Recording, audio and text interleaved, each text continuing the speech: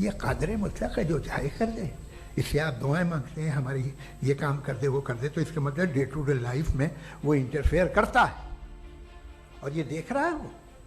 अगर वो वाकई भी है फॉर डिस्कशन सेक, तो मैं जब दुनिया देखता हूँ तो मेरे दिल में उसके लिए कोई इज्जत नहीं पैदा होती। ये क्या कर रहे हो तुम पूरे ऑल पावरफुल हो, ओमनीपोटेंट हो, ओमनी प्रेजेंट हो। तुम तो वहां गादा में रहे होगे ना, तुम हर जगह हो। तुम देख रहे थे कि बच्चे की कैसे धज्जियां उड़ रही, तुम देख रहे थे। और तुम चाहते हो मैं तुम्हारी परस्तिश करूंगा, तुम हो भी। अरे यार, इसके अच्छे तो हमारे चीफ प्राइम मिनिस्टर हैं, कुछ तो ख्याल करते हैं। आप किसकी इबादत कर रहे हैं? अगर वो है भी, ये दुनिया नाइंसाफी से, जुल्म से, जबर से, तशद्दुद से भरी हुई है।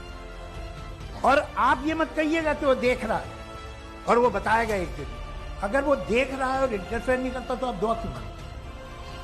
आप कहते हैं मेरा ये काम करा दे, इसके मतलब है वो दखल दे सकता है, वो आपको नौकरी दिलवा सकता है, भले दूसरे आदमी को न मिले, मगर आपका काम कर देगा चूंकि आपने दुआ मांगी है।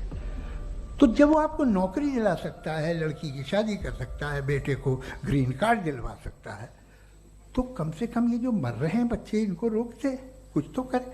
मुझे तो दुनिया में, इस दुनिया का कोई मालिक है, इसका ओमनीपोटेंट कोई रूलर है, और ये दुनिया ऐसी चल रही है। मैं तो चाहूंगा कि भाई ना हो, अगर हो तो बड़ी शर्मिंदगी। हर बार आप एक लफ्ज रिपीट कर रहे हैं कि ओमनीपोटेंट गॉड है, ऑल पावरफुल गॉड है। यही तो दरअसल समझना है कि गॉड का कॉन्सेप्ट क्या है। प्रॉब्लम ऑफ इविल जो है, प्रॉब्लम ऑफ इविल दर हकीकत दो असम्पशंस पर कायम है। अगर आप इन दो असम्पशंस को समझ जाएं तो ये प्रॉब्लम नहीं रहेगी, आर्ग्यूमेंट आपको समझ में आ जाएगी कि ये कोलैप्स कर जाता है। पॉइंट नंबर 1, यानी जो आपका सबसे पहला फॉल्स असम्पशन है कि गॉड मर्सीफुल है, ओमनीपोटेंट है, दुनिया में जुल्म हो रहा है।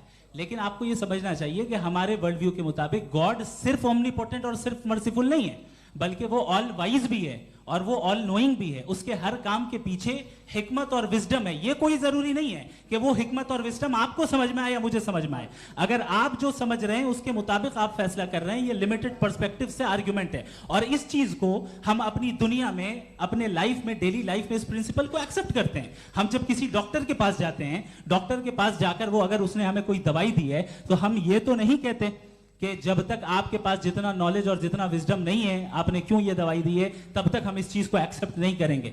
नहीं कहते, हम उसकी अथॉरिटी को तस्लीम करते हैं। क्यों? क्योंकि उसकी हम जानते